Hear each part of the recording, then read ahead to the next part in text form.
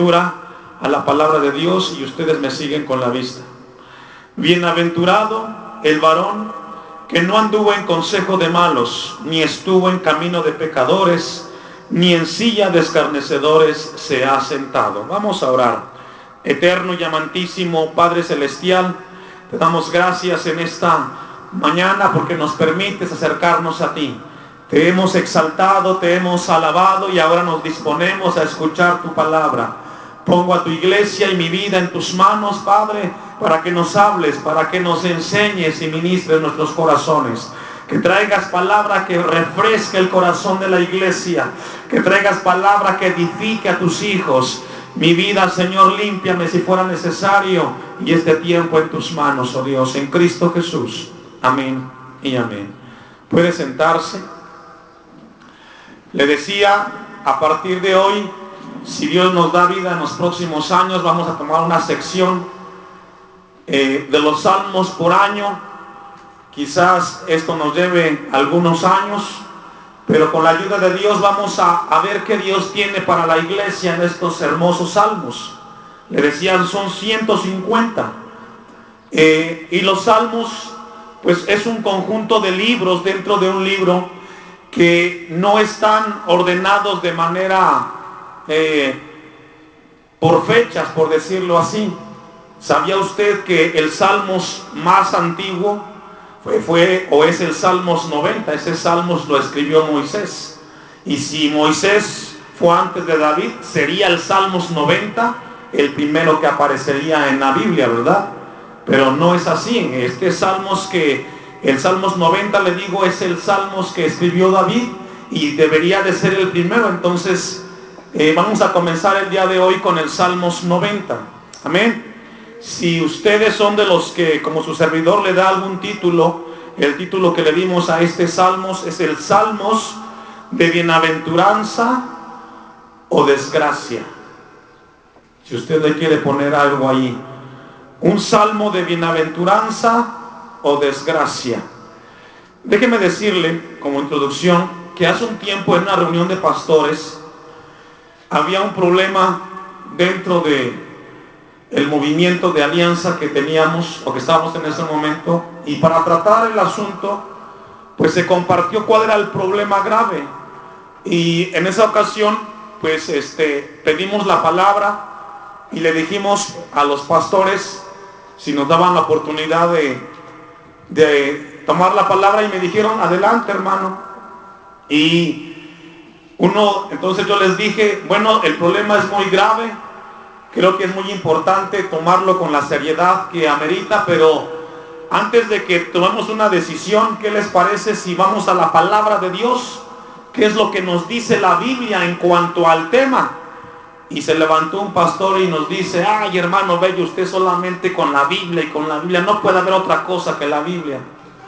Y yo me preguntaba y le decía, bueno, me decía yo a mí mismo, cuando un licenciado en leyes, un abogado, ¿qué libro consulta para poder llevar a cabo su trabajo, hermanos? El libro de leyes, ¿verdad? ¿Cierto o no? Un médico, ¿qué libro consulta cuando tiene un problema en la medicina? Entonces, ¿qué libro debe de consultar el cristiano cuando tiene un problema?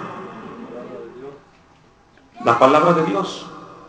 Ahora la pregunta es, ¿usted lo hace? Es aquí el asunto, hermanos. ¿Qué consultamos cuando tenemos un problema? Porque somos nosotros la iglesia del Señor y tenemos un lugar para poder consultar qué dice la palabra de Dios en cuanto al problema que estamos viviendo. Y usted dirá, pero ¿a poco está todo en la Biblia para que yo lo consulte? Sí, hermano, ahí está. Si tiene problemas de pareja, problemas económicos, problemas con los hijos, problemas de negocios, todo está en la Biblia. El asunto es que la iglesia contemporánea no le da el tiempo a la lectura de la palabra, y cuando viene un problema, pues lo más fácil es ir con el compadre, ¿verdad? Pero se imagina a un licenciado, a un abogado en leyes consultando un libro de medicina para atender su negocio o su trabajo en la corte. ¿Qué le pasaría? ¿O qué le pasaría a un médico si consulta una revista por ahí de farándula para resolver un problema médico. Sería una persona irresponsable, ¿cierto o no? De igual manera nosotros, en ese momento yo decía, por el amor de Dios, ¿qué voy a consultar yo como pastor si tengo un problema? ¿El libro vaquero? La palabra de Dios. Amén. Esto es un principio, hermanos. Esto es un principio y la iglesia debe de caminar en principios, no en métodos ni en técnicas. ¿Y qué es un principio? Es un conjunto de reglas que deben de ser seguidas para que dé un resultado en el tiempo que tiene esa regla. Y los principios los encontramos en toda la Biblia. Entonces tenemos que caminar nuestras vidas cristianas y la vida de la iglesia en principios bíblicos, no en estrategias de hombres. ¿Y por qué le digo esto, hermanos? Porque el libro de los Salmos habla acerca de las experiencias que tuvo Israel de manera individual y como pueblo. Déjeme darle una definición de salmos. La palabra salmos viene del hebreo, que es muy difícil decir su palabra, pero significa canto acompañado por un instrumento. Eso significa salmos. Canto acompañado por un instrumento o por un instrumento de cuerdas. Es lo que significa la palabra salmos. Y este libro de los salmos, hermanos, tiene un lenguaje muy especial. El libro de los salmos, ¿sabía usted que una cuarta parte de las citas bíblicas que registra el Nuevo Testamento son de los salmos? Jesucristo citó muchísimas veces el libro de los salmos. Y el libro de los salmos tiene un lenguaje muy especial porque habla y tiene un lenguaje o palabras cuando nos sentimos los cristianos en circunstancias difíciles. Vamos al libro de los salmos y nos identificamos con lo que en algún salmos dice en cuanto a Dios. Por ejemplo, Salmos 23. Cuando estamos muy afligidos o en un problema muy difícil, vamos y decimos: Jehová es mi pastor. El Salmos 90, el que habita al abrigo del Altísimo. Y encontramos en los salmos un lenguaje muy importante que nos identificamos y que aquellas palabras que nos hacen falta a nosotros decírselas a Dios, las encontramos en los salmos y nos identificamos con ellas, ¿verdad? ¿Le ha pasado a usted eso de repente, que tiene un problema muy fuerte y de repente va a los salmos y dice: es que este salmo es como que fue para mí escrito? Es tan importante este libro de los salmos porque también exalta los atributos de Dios. Habla de su omnisciencia, habla de su misericordia, habla de su amor. Y en los salmos, le decía yo a usted, que son básicamente las experiencias de hombres y de una nación en conjunto. Quiero que me acompañe a Colosenses 3:16, que por cierto estaba en la cita que tenían nuestros hermanos, pero búsquenlo en su Biblia. Colosenses 3:16. Entonces, el libro de los salmos habla de las experiencias de una persona, de un hombre y de una nación.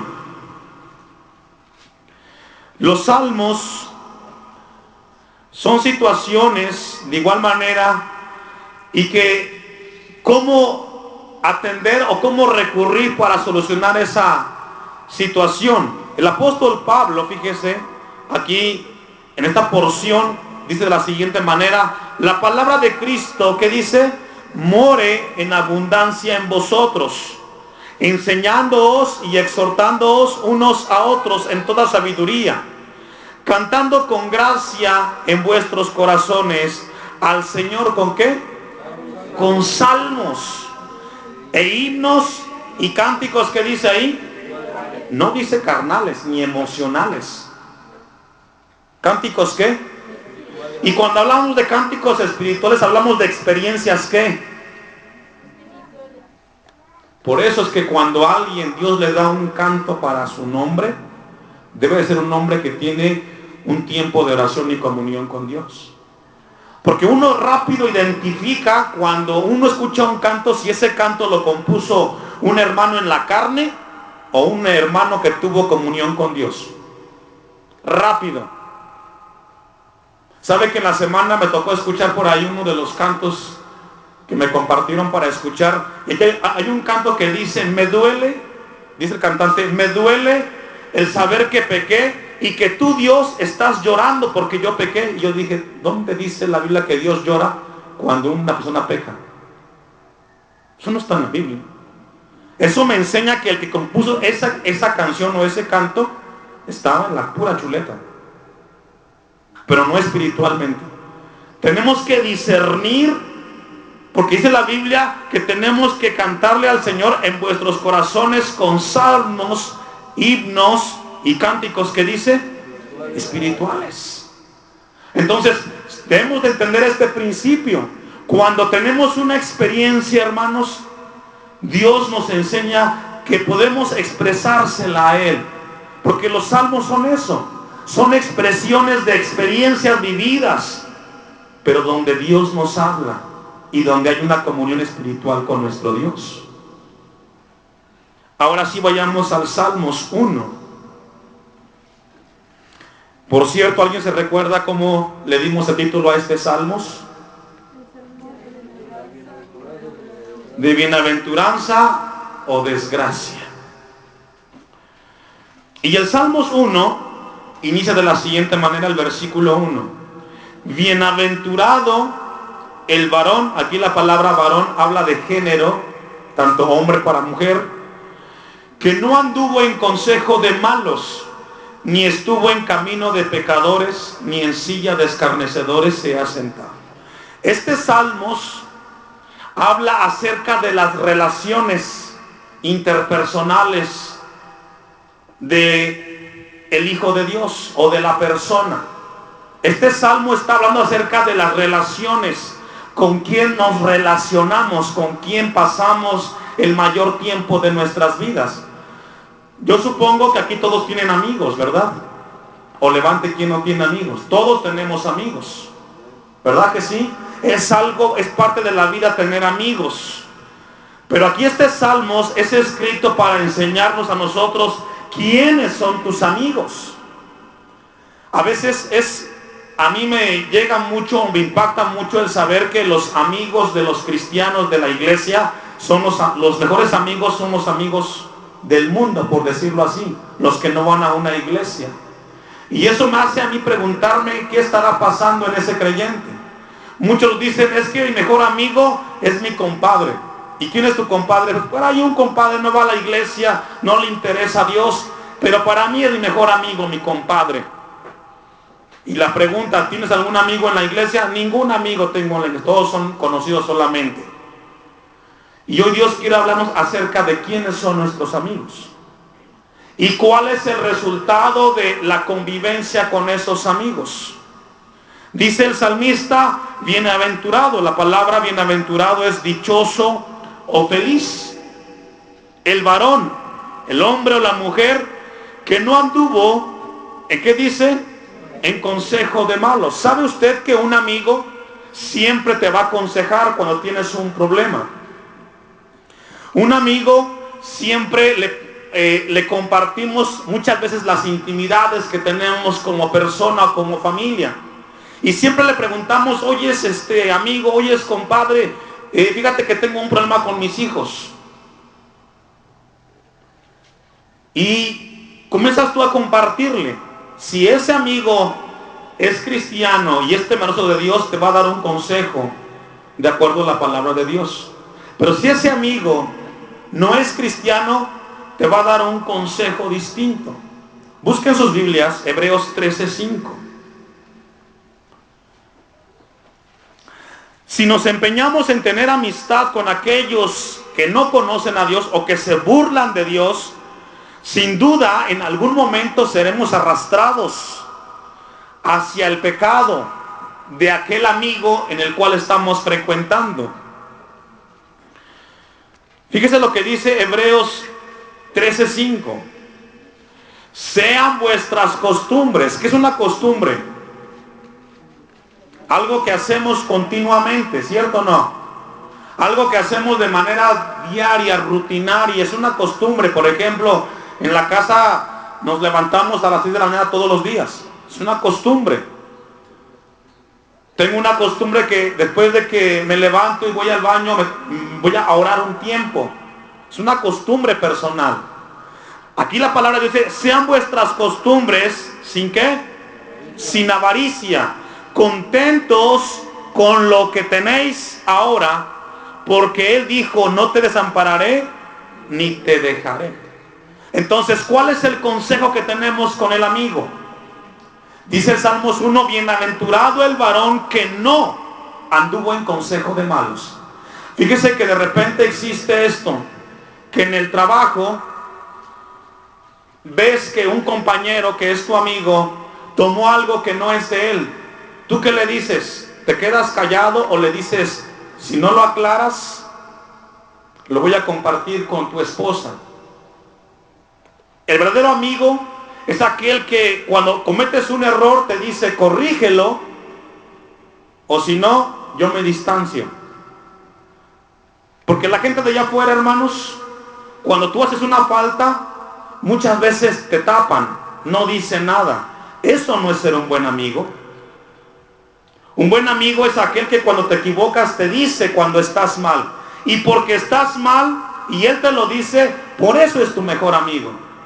¿Cierto o no? Así debemos de ser los hijos de Dios. Pero el compadre, cuando tú haces una falta, él no te va a decir que corrijas. Él te va a decir, déjalo que hagas, síguelo haciendo. Entonces aquí Hebreos 13:5 dice, sean vuestras costumbres, ¿sin qué? Sin avaricia, sin estar deseando aquello que te está arrastrando hacia el pecado. Porque el Salmos 1 nos habla de un pecado progresivo. Regresemos al Salmos 1. Y vamos a ver 3 pasos que enseña este Salmos, cómo si tienes una costumbre con un amigo que es enemigo de Dios, que no le gustan las cosas de Dios, cómo te va a ir arrastrando, y muchos se van a identificar. Dice el Salmos 1, bienaventurado el varón que no anduvo en consejo, ¿qué dice? Es decir, primero es tener la amistad y escuchar el consejo del amigo. Número 2, ni estuvo, ¿qué dice? En camino de pecadores. Ahora no solamente escuchas el consejo del amigo, sino que también comienzas a caminar en el camino de ese amigo. Hay un refrán afuera que dice que el que con lobos anda, y bien que se lo saben, tarde que temprano, esa amistad que tú tienes te va a arrastrar. Primero es una plática, luego viene el caminar y poco a poco te vas haciendo a la manera de hacer de él. ¿Cuántos de ustedes han visto que de repente usted comenzó a frecuentar a un amigo que es bien mal hablado y que dice chistes groseros? Al principio usted decía, oye, qué lenguaje, y no hiciste nada, te quedaste con el amigo. Pasado el mes, los 2 meses, de repente se te sale una como las de él, y de repente en la casa los comienzas a decir, y de repente te dice tu esposa, oyes, ¿y ahora? ¿Por qué esa palabra? Y ya luego de repente comienzas a contar los chistes que cuenta el amigo y comienzas a identificarte con él. ¿Cierto o no? ¿Sucede así o no sucede así? El pecado es progresivo y te va arrastrando por pasos. Los jóvenes de igual manera. De repente tienes un compañero joven que de repente es medio mal hablado y tú no haces nada para corregir eso, decirle, mira, si estás conmigo o dejas de hablar de esa manera o yo me distancio. Si tú no haces nada, mañana vas a comenzar a hablar como él, y en tu casa vas a comenzar a hablar como él y a expresarte y a vivir la vida como él. El primer paso, escuchaste el consejo. El segundo, comenzaste a caminar. Y el tercer paso dice ahí, ni en silla de escarnecedores, ¿qué dice? Es decir, primero escuchaste, caminas, y ahora te sientas con ellos muy campante a ser como ellos y a criticar. ¿Los has visto? Se me quedaron muy serios. ¿Será que Dios nos está hablando? ¿Cuántos son cristianos? Otra pregunta, ¿cuántos se creen cristianos? Son dos cosas muy distintas. Hay muchos que se creen cristianos y otros que sí son cristianos. Yo le decía, hermanos, y recurro siempre a esta frase, bueno, no una frase, a este concepto. La palabra iglesia significa ¿qué? Los llamados por Dios y para Dios. Entonces, en esta momento, ahora estamos leyendo el Salmos 1, que es la palabra ¿de quién? De Dios. ¿Y a quién le va a hablar Dios? A usted. ¿Quiénes son tus amigos? Deben de ser amigos cristianos, amigos temerosos de Dios. Porque el amigo que no es cristiano te va a llevar a cosas que te van a alejar de Dios. Amén. Por eso el Salmos dice de la siguiente manera: bienaventurado, dichoso y feliz el hombre y la mujer que no anduvo en los consejos de mal, ni estuvo en camino de pecado, es decir, que ni siquiera caminan con los pecadores, ni en silla, es decir, ni mucho menos se sientan. Uno se da cuenta de repente ahí en el barrio o en la colonia, el grupito de ahí de gente que se dedica a hacer nada, y de repente llega tu hijo y comienza a integrarse a ese grupo y de repente aparece siendo igual que ellos, porque tú no hiciste nada en ese proceso. Acompáñenme primero a los Corintios, capítulo 5, versículo 9, y deja un apartado allí en el Salmos.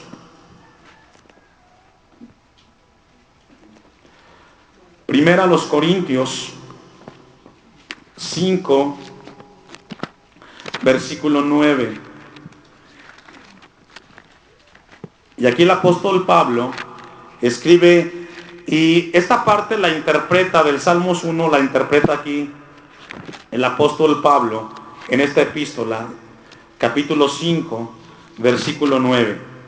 Vea lo que dice: os he escrito por carta que no os juntéis ¿con quién? Con los fornicarios, no absolutamente con los fornicarios de este mundo, o con los ávaros, o con los ladrones, o con los idólatras, pues tal caso os sería necesario, ¿qué dice? Salir del mundo. Y aquí vamos a aclarar algo muy importante. Y usted dirá: pastor, si tengo mi abuelita que no es cristiana, ¿no me voy a juntar con ella? No, no está hablando de eso. Con ella tienes que orar y llegando el tiempo hablar de la palabra de Dios. Está hablando, dice el versículo 11, lea el 11 porque ahí se completa. Más bien os escribí que no os juntéis con ninguno que llamándose ¿qué? Es decir, que está dentro de la iglesia, que llamándose hermano fuere fornicario, o avaro, o idólatra, o maldiciente, o borracho, o ladrón. Con él tal ni aunque. ¿Por qué? Porque si hay dentro de la iglesia un hermano que tiene un problema de estos, y ya Dios le habló y no hace nada para corregirlo, si comienza a convivir con algún hermano, va a comenzar a arrastrarlo en su manera de vivir. ¿Cierto o no? Está el ejemplo de que una manzana podrida va a podrir a las demás. ¿Cierto o no? Y un hermano que no está bien en las cosas de Dios va a comenzar a contaminar a los demás hermanos. ¿Y a poco va a hacer tu caso al pastor? No, pues que el pastor ¿quién es? Y comienza la cizaña. Y comienza la cizaña. Por eso el Salmos 1 dice: bienaventurado el varón que no anduvo en consejo de malos, ni en camino de pecadores, ni en silla se ha sentado. Entonces debe de haber en la iglesia, tenemos que saber quién son nuestros amigos, cómo convivimos con ellos. ¿Están siendo de beneficio para mi vida espiritual o me están alejando cada vez más de Dios? Vayamos al Salmos 1, vamos al versículo 2. Dice el versículo 2: sino que en la ley de Jehová está, ¿qué dice? Su delicia. Qué tremendo. Sabe que la palabra delicia habla de un placer muy intenso y habla de un propósito, de una finalidad. Y dice el Salmos 1:2, sino que en la ley, y aquí la ley hace referencia solamente a los 5 primeros libros de la Biblia, el Pentateuco. Y allí encontramos los 10 mandamientos. Entonces dice el Salmos 1, sino que en los 10 mandamientos, sino que en la ley de Jehová está, ¿qué dice? Está su delicia, hermanos. Y esta palabra delicia habla de un placer intenso. Acompáñeme al Salmos 48. Salmos 40, versículo 8.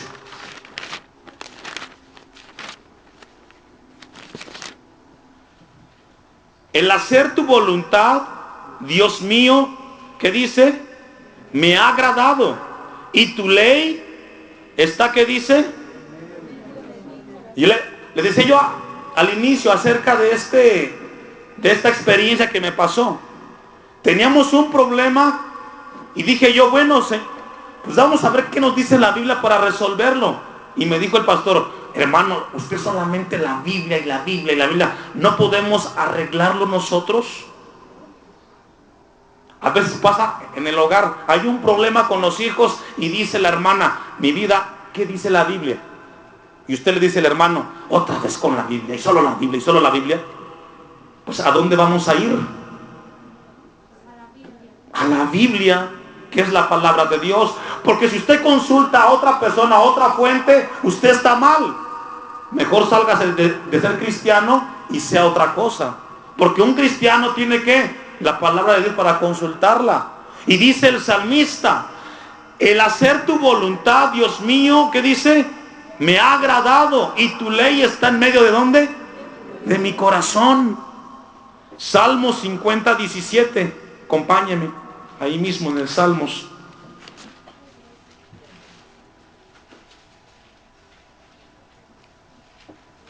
Dice el Salmo 50:17. Pues tú aborreces la corrección y echas a tu espalda, ¿qué dice? ¿De quién está hablando ahí? De aquel que cuando tiene un problema no consulta a Dios. De aquel que cuando tiene un problema no consulta a Dios. Dice, pues tú aborreces la corrección y echas a tu espalda, ¿qué dice? Ahí las dejas, te olvidas y dices, Dios, yo lo arreglo por mi cuenta. Y todo parte de quiénes son tus amigos. Continúa diciendo el Salmos 1:2, sino que en la ley de Jehová está su delicia y en su ley medita, ¿qué dice? De día y de noche. Acompáñeme al Salmo 119:148. Aquí la palabra medita habla de un pensar profundo, poniendo mucha atención en la palabra de Dios con el propósito de cumplir las palabras de Dios. Eso es lo que significa la palabra meditar. Significa pensar profundamente, poniendo mucha atención en la palabra de Dios. Y el Salmo 148 dice de la siguiente manera: se anticiparon mis ojos a las vigilias de, ¿qué dice? De la noche, para meditar. El salmista dice que aún en la noche estoy meditando ¿en quién? En la palabra de Dios, en Dios. Y sabe que, hermano, que es triste que muchos cuando duermen sueñan cualquier otra cosa menos la palabra de Dios. ¿Sabe por qué? ¿Qué lees antes de irte a dormir? ¿El televisor? ¿Un programa? El salmista dice, se anticiparon mis ojos a las vigilias de la noche para meditar en tus, ¿qué dice? En tus mandatos. Una cita más, Salmos 16. Salmos 16, versículo 7. Porque el Salmos 1:2 dice, sino que en su ley medita de día y de noche. Y el Salmos 16:7 dice, bendeciré a Jehová que me aconseja, aún en las noches. ¿Qué dice? Qué tremendo. ¿A cuántos les ha pasado que cuando uno duerme de repente viene a su vida un Salmos y dice, el Señor me dio este Salmos cuando estaba durmiendo, me desperté con este Salmos en mi mente? El salmista dice que medita en su ley, y es decir, en todo momento la palabra de Dios está en tu corazón, en tu mente. Y el Salmos 16:7 dice, bendeciré a Jehová que me aconseja, aún en las noches. ¿Qué dice? ¿Sabe que Dios nos enseña aún cuando estamos dormidos? Si no lo sabía, hoy lo sabe. Porque el salmista dice que bienaventurado este varón que medita en la ley de Jehová de día y de noche. Versículo 3 del Salmos 1. Será como árbol plantado, ¿qué dice? Junto a corrientes de aguas, que da su fruto en su tiempo y su hoja no cae, y todo lo que hace. ¿A quién le gusta esta palabra prosperar? Es la más corrida, ¿verdad? Es la que más nos gusta. Todo lo de atrás no, pero esa que hermosa nos gusta. Dice el Salmos 1:3, será como árbol, ¿qué? Plantado. Fíjese que yo me di cuenta que aquí el hermano Jesús con la hermana Toña, algunos jóvenes, plantaron aquí unos arbolitos. Y como están aquí adentro del lugar donde estamos, de repente veo que les dan una vueltecita para ver cómo están. Y si ven que hay necesidad, le ponen tierrita. O si hace falta algo y están ahí como cuidándolos. ¿Por qué? Porque el árbol que fue plantado por alguien lo cuida, ¿cierto o no? Le pone atención a ese árbol, qué le hace falta y qué le quito. Los árboles que están allá afuera, los silvestres, pues allá están. Como nadie los plantó, pues allá están con hierbas alrededor. Pero el árbol que es plantado, el dueño que lo plantó, lo cuida, ¿cierto o no? Le da una vueltecita a ver cómo está, si está creciendo, si le falta abono, si tiene alrededor hierbas, porque lo plantó, lo siente parte de él y lo cuida. De igual manera somos usted y yo, que somos plantados por nuestro Dios en la fuente inagotable de Cristo Jesús. Y si somos árboles plantados por Dios, Él nos cuida. ¿Sabía usted eso? Por eso dice el Salmos 1:3, será como árbol plantado. Y si es plantado por Dios, ¿lo va a cuidar quién? Nuestro Dios. Acompáñame a Jeremías 17:8.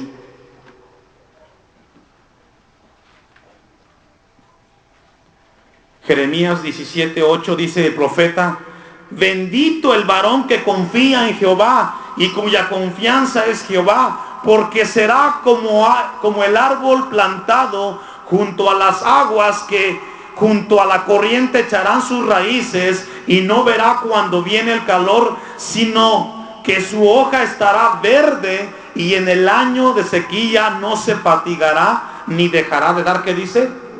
Fruto. Usted y yo somos árboles de Dios, y la vida que tiene usted es la vida que Dios nos da en Cristo Jesús, porque Él nos cuida. Y en esta mañana Él nos está cuidando, porque nos está corrigiendo, nos está quitando lo que no sirve y va a poner lo que hace falta. Amén. Los veo muy serios. Tengo un presentimiento como que Dios está hablando en nuestros corazones, porque quizás este Salmos 1 lo hemos leído muchas veces y de memoria, pero quizás nunca lo hemos estudiado. Y es lo que Dios nos está enseñando el día de hoy. Será como árbol plantado junto a corrientes de agua, que da su fruto, ¿qué dice? En su tiempo. Y su hoja no cae, y todo lo que hace prosperará. Acompáñeme al libro de Génesis, capítulo 39. La palabra prosperar es una palabra que últimamente se ha interpretado de manera equivocada. Siempre como que se busca relacionar la palabra prosperar con el dinero. Déjeme decirle lo que significa la palabra prosperar. Tiene un nombre muy difícil de pronunciar en hebreo, pero significa lo siguiente. La palabra prosperar significa ser empujado hacia enfrente. Es lo que significa prosperar. Ser empujado, ¿hacia dónde? Hacia enfrente. De manera literal o de manera espiritual, empujado hacia enfrente. Y el Salmos 39 nos habla acerca de un hombre, de José. José, que después de un sueño sus hermanos lo vendieron. Y pasó por ahí Potifar y dijo, no, pues ¿cuánto cuesta? Me lo llevo. Se lo llevó para Egipto. Pero la palabra prosperar, hermanos, allí en el Salmos 1:3 dice, y todo lo que hace, todo lo que hace no es todo lo que tú piensas o todo lo que tú quieres. Todo lo que tú quieres que prospere tiene que estar dentro de la voluntad de Dios. Es ahí donde es prosperado. Porque de repente escuchamos un mensaje que dice, ¿cuántos quieren prosperar en el Señor? Piense en grande, piense alto, y yo le enseñaré a alcanzar su sueño. Y qué hermoso se escucha, ¿verdad? Pero cuando no se da, vienen las frustraciones, porque no se refiere a eso el texto. De repente hay campañas que dicen, piensa en grande, sueña en grande, y te voy a enseñar a alcanzar ese sueño. Y de repente vemos cómo los estafan y cómo les quitan el dinero. Porque no habla de la prosperidad económica, habla de ser empujado hacia adelante. Dice el versículo 1, llevado pues José a Egipto, Potifar, oficial de Faraón, capitán de la guardia, varón egipcio, lo compró de los ismaelitas que lo habían llevado allá. Mas Jehová estaba ¿con quién? Con José. Y fue varón, que dice, próspero. Mira, hermanos, cuando vemos la historia de José, vemos un joven que es vendido, pero tenía un plan Dios a futuro, que ese joven iba a bendecir a sus hermanos y a su padre cuando viniera un tiempo de sequía y de hambre. ¿Cierto o no? Prosperó el camino de José para cuando viniera el tiempo de sequedad en Israel o con Jacob, él pudiera bendecir a sus hermanos. Había un propósito ahí de Dios. Y José era un hombre próspero, echado para adelante. Si usted se da cuenta, no habla ahí de dinero. No habla de dinero. Habla de caminar hacia adelante. Continúa diciendo el versículo 2. Y estaba en la casa de su amo, el egipcio. Ponga el versículo 3. Y vio su amo que Jehová estaba con él. Se dio cuenta Potifar, dice, este hombre tiene algo. Todo lo que hace le funciona. Todo lo que emprende, él lo concluye y se ve mucha bendición. ¿Sabe que se da cuenta el ser humano, el vecino, cuando estamos caminando en Dios y que Dios nos respalda? Potifar vio a José y dice, vio que Jehová estaba con él y que todo lo que él hacía, Jehová, ¿quién? Jehová lo hacía, ¿qué dice? ¿Sabe quién da la prosperidad? Dios. ¿Sabe que en una ocasión en una iglesia pasó un hermano con guaraches, pidió que dieran un tiempo para dar un testimonio, y pasó al frente del hermanito con sus guarachitos, medio más o menos vestido, con su esposa de igual manera y sus hijos tomados de la mano, y pasa al frente y dice, quiero compartir un testimonio, quiero decirle a la iglesia que Dios me ha dado mucha bendición, tengo paz en el hogar, tengo salud y tengo vida, no me sobra que comer, pero tampoco me falta. Y muchos dijeron, ¿y este es su testimonio? Pero qué bendición es tener paz, salud y armonía en el hogar. Eso es prosperidad. Porque mucha gente tiene dinero y viven como perros y gatos. La prosperidad que Dios nos da, hermanos, es que Él nos da cosas pequeñas que nos hacen prosperar. Tú tienes tus hijos y tienen salud. Tú eres prosperado. No tienes que llevarlos a un hospital. Tú tienes un hogar, eres prosperado. A veces tienes dinero y no te alcanza para pagar la enfermedad que tienes. Por eso, todo lo que hace prosperará dentro de la voluntad de nuestro Dios.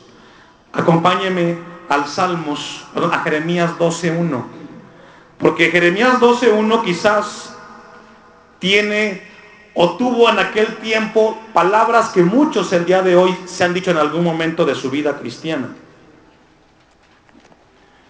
Jeremías 12:1 tiene las palabras que quizás muchos han querido decir y nunca las han dicho, porque pues qué dirán, ¿no? ¿Estaré mal o no? Y aquí vemos al profeta Jeremías con un problema y que va delante de Dios y le dice: justo eres tú, oh Jehová, para que yo dispute contigo. Sin embargo, alegaré mi causa ante ti. Sé que eres justo, dice Jeremías a Dios. Sé que eres justo, para que yo me ponga contigo al tú por tú. Sin embargo, tengo algo que decirte, Dios. Pregunta: ¿por qué es prosperado el camino de los impíos y tienen bien todos los que se apartan, todos los que se portan, ¿qué dice? Deslealmente. Es decir, Jeremías dice: ¿por qué yo veo que estoy buscando de ti y no tengo nada? Y aquellos que no son cristianos, aquellos que no tienen temor de ti, veo que tienen sus casas, tienen sus carros, sus negocios, no les falta nada. Porque ellos sí y yo no. Y la respuesta a esta pregunta está en el Salmos 73 con Asaf. Acompáñeme allá. Salmos 73.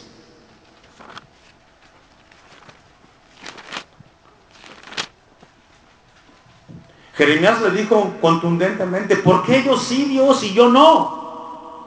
Usted puede decir: ¿por qué mi vecino, que ni siquiera va al templo, es un ladrón, hace todas sus cosas feas y tiene todo, nunca le pasa nada? Y a mí, que voy al templo, que me porto bien, no me alcanza lo que tengo.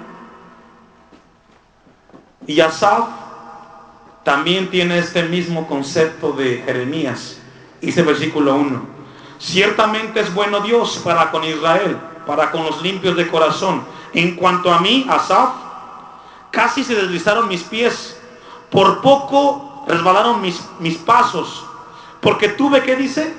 Tuve envidia de los arrogantes, viendo la prosperidad de los impíos, porque no tienen congojas por su muerte, pues su vigor es entero. No pasan trabajos como los otros mortales, ni son azotados como los demás hombres. Qué tremendo, ¿no? Le está diciendo a Dios: yo casi caigo, porque veo cómo ellos prosperan. Versículo 6: por tanto, la soberbia los corona, se cubren de vestido de violencia, los ojos se les saltan de gordura, logran con creces los antojos del corazón, de aquellos que son sin temor a Dios. Se mofan y hablan con maldad de hacer violencia, hablan con altanería, ponen su boca contra el cielo y su lengua pasea a la tierra. Por eso Dios hará volver a su pueblo aquí, y aguas en abundancia serán extraídas por ellos. Y comienza Asaf a describir el problema: porque ellos tienen y yo no. Ve al versículo el 11. Y dicen: ¿cómo sabe Dios? Y hay conocimiento en el Altísimo. He aquí, estos impíos, sin ser turbados del mundo, alcanzaron riquezas. Verdaderamente en vano he limpiado mi corazón y lavado mis manos en inocencia. Dice: en vano he ido al templo, en vano me esfuerzo en ser una buena persona. Se está quejando Asaf. El 14: pues he sido azotado todo el día y castigado todas las mañanas. Si dijera yo, hablaré con ellos, he aquí, a la generación de tus hijos engañaría. Cuando pensé para saber esto, fue duro trabajo para mí. Fue duro entender por qué ellos prosperan económicamente y yo no. El 17: hasta que, entrando en el santuario de Dios, ¿qué dice? Hasta que llegué, me puse a orar y me di cuenta de que yo tengo la salvación en Cristo Jesús. Y ellos no.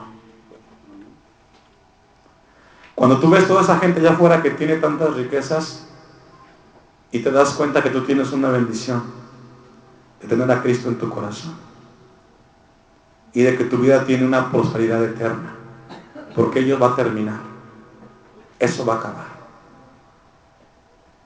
Hasta que entré en tu santuario, hasta que entré en tu presencia y me di cuenta cuál es el fin de ellos.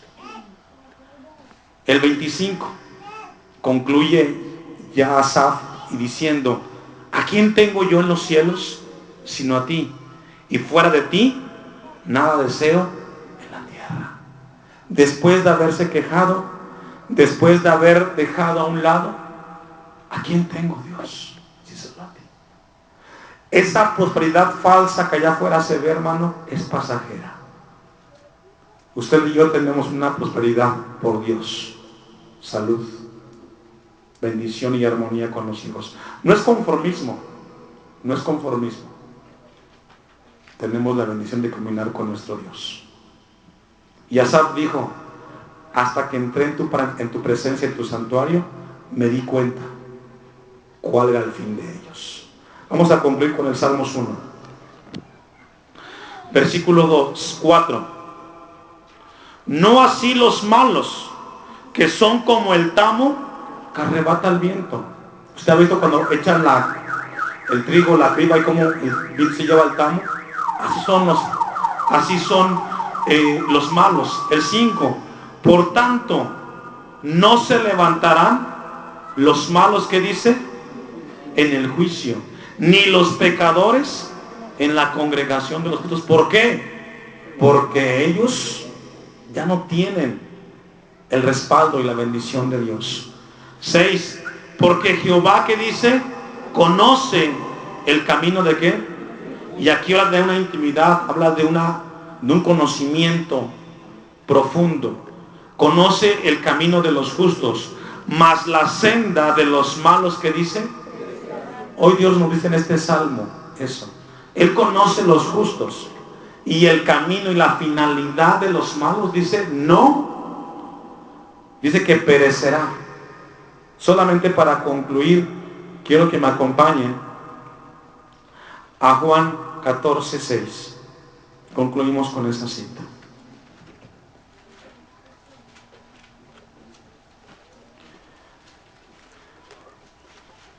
Juan 14:6, un pasaje muy conocido.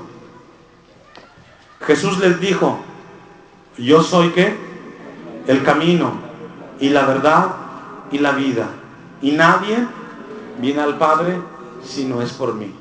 Los justos, su camino va a perecer, de los malos va a perecer, y de los justos el camino para llegar al Padre es Cristo Jesús.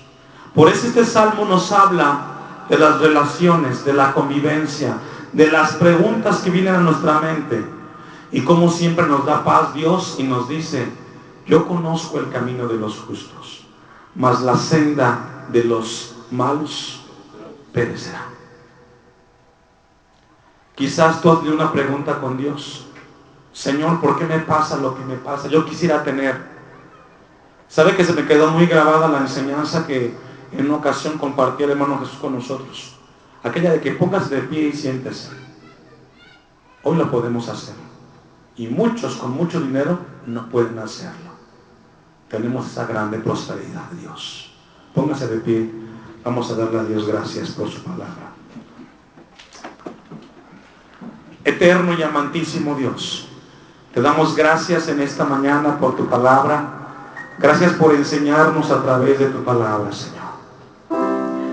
Padre, tu palabra nos enseña que bienaventurados somos hombres y mujeres que no hemos andado en consejo de malos, ni en camino de pecadores, ni en silla de escarnecedores nos hemos sentado, sino que su delicia está en ti, oh Dios, y meditar en tu palabra de día y de noche.